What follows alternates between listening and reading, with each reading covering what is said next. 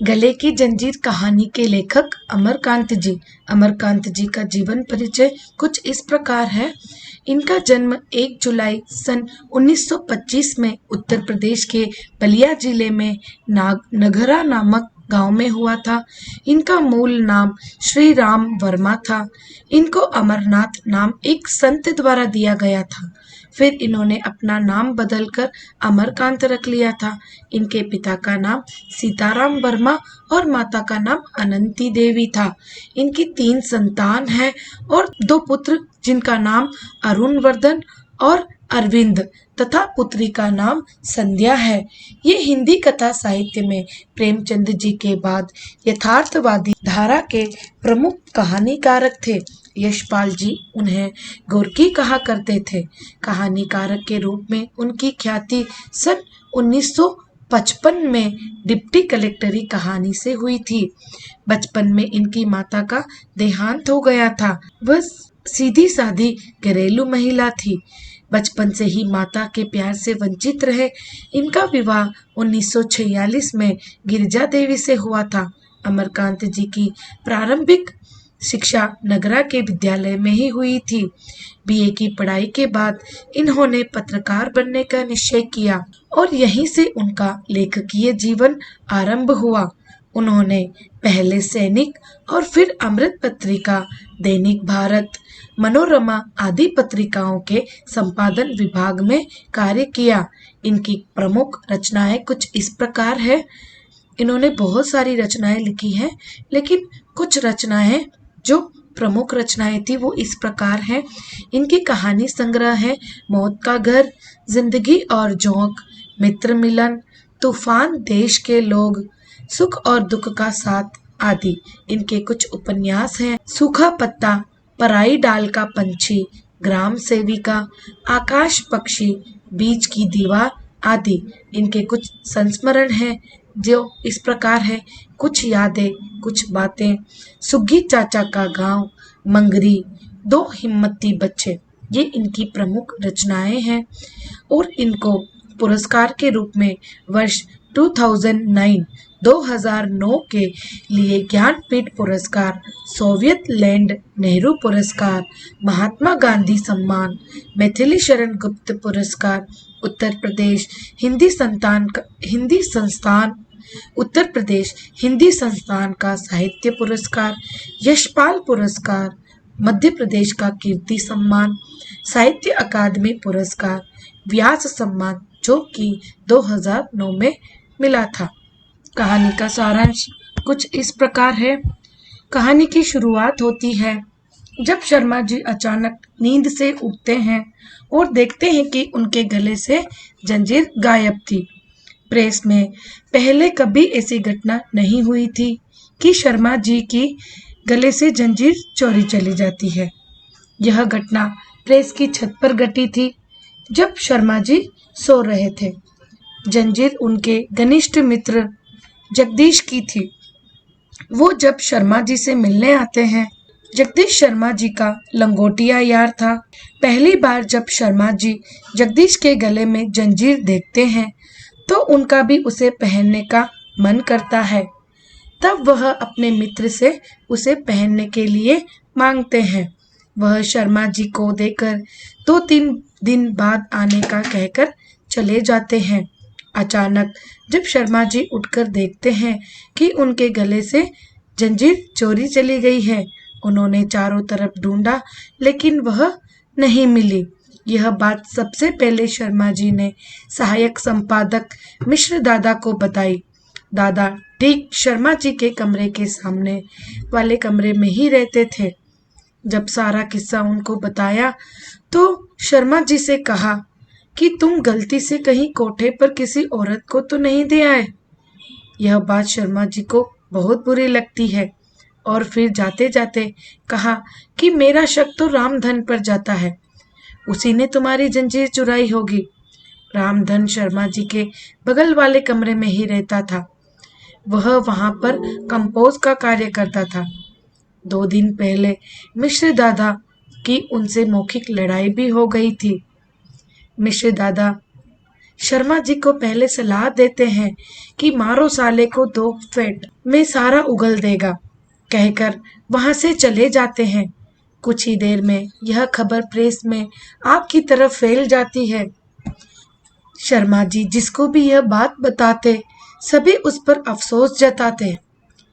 फिर रहस्यमयी नजरों से देखते कि जैसे चोरी किसी और ने नहीं बल्कि शर्मा जी ने ही की हो। प्रेस मैनेजर गुलजारी लाल जी शर्मा जी को बुलवाते हैं और कहते हैं कि किसी दूसरे की चीज लेने की आखिरकार हिम्मत कैसे पड़ी, यह तुमने बड़ी भारी गलती की। कुछ समय के बाद रामविलास शर्मा जी कमरे में आते हैं और शर्मा जी से पूछते हैं कि कहीं किसी को दे तो नहीं आए। इस पर शर्मा जी गुस्सा हो जाते हैं और कहते हैं कि तुम लोगों को हमेशा मजाक ही सूझता है। चेन के खो जाने की बजाय सभी कुछ न कुछ बातें करते और खोजबीन जांच पड़ताल शर्मा जी कर रहे थे कि प्रेस के कर्मचारियों ने इसके संबंध में अपनी अलग ही धारणाएं बना ली थी। इस पर 3 मत संगठित हो गए थे। पहले दल का मानना था कि जंजीर किसी रंडी मुंडी या किसी लुगाई को तो नहीं दे दी। दूसरे दल का मानना था कि जंजीर शर्मा जी ने लेकर भारी गलती कर दी थी। और तीसरे दल के लोग तो अत्यंत गर्म विचार के ही थे।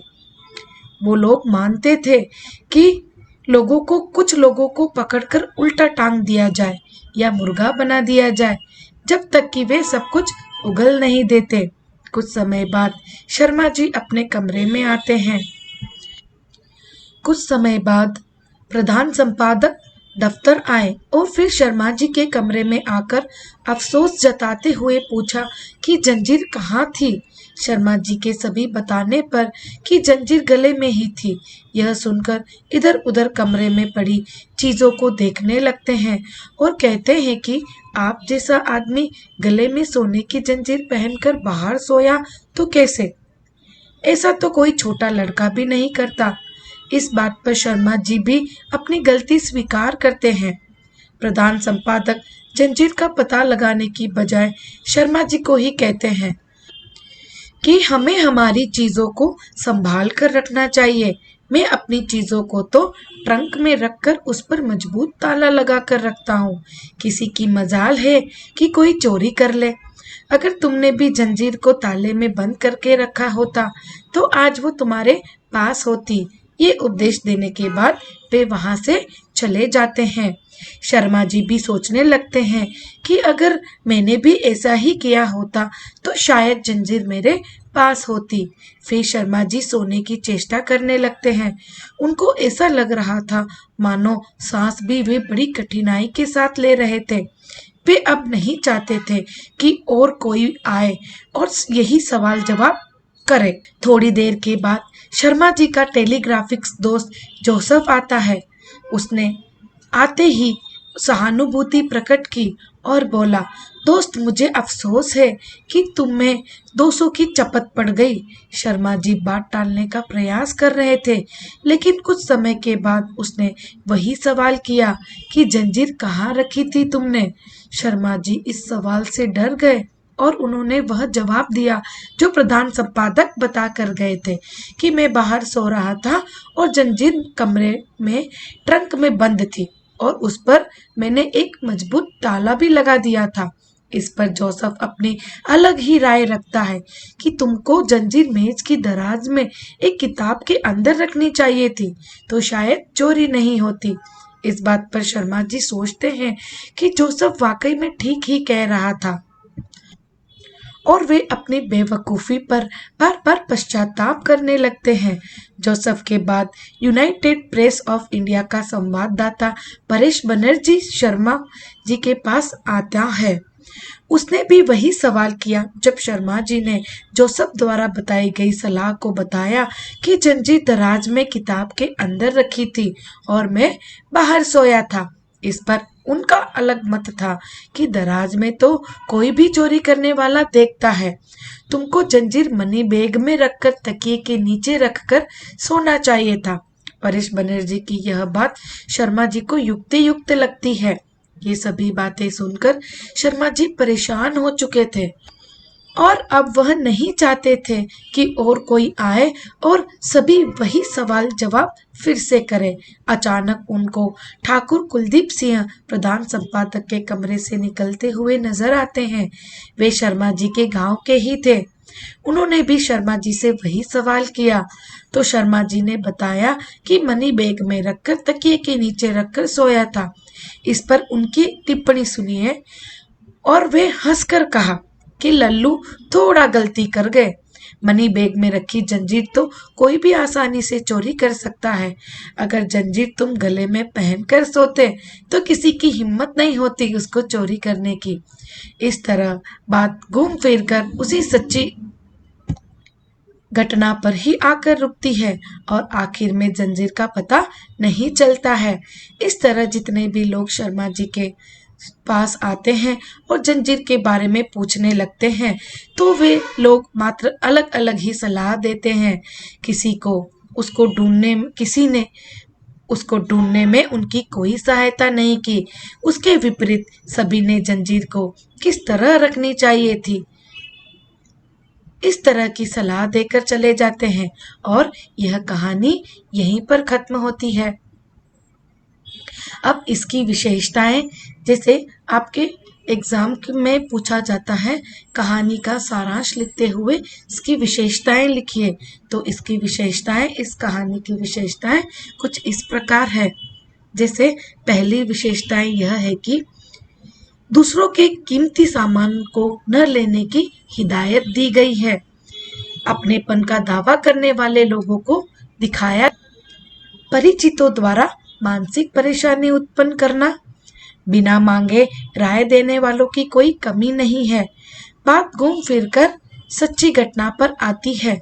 इस प्रकार ये इस कहानी की विशेषताएं हैं। अब हम देखते हैं प्रथम अंक के प्रश्नोत्तर। गले की जंजीर कहानी के कहानीकारक कौन है?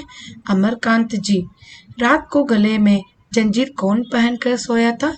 शर्मा जी। खटिया से उछलकर कौन खड़ा हो गया था और क्यों? शर्मा जी। और किस लिए? गले की जंजीर नहीं मिलने पर शर्मा जी ने किससे गले की जंजीर पहनने के लिए मांगी थी? अपने मित्र जगदीश से। शर्मा जी का लंगोटिया यार कौन था? जगदीश। मिश्र दादा कौन थे? सहायक संपादक। या सहायक संपादक कौन थे? मिश्र दादा। दादा कहाँ रहते थे? शर्मा जी के सामने वाले कमरे में। या आपके क्वेश्चन इस तरीके से भी आ सकता है कि शर्मा जी कहाँ रहते थे? तो शर्मा जी प्रेस की छत पर रहते थे। दादा को किस पर शक था कि जंजीर उसी ने चुराई होगी? दादा को रामधन पर शक था।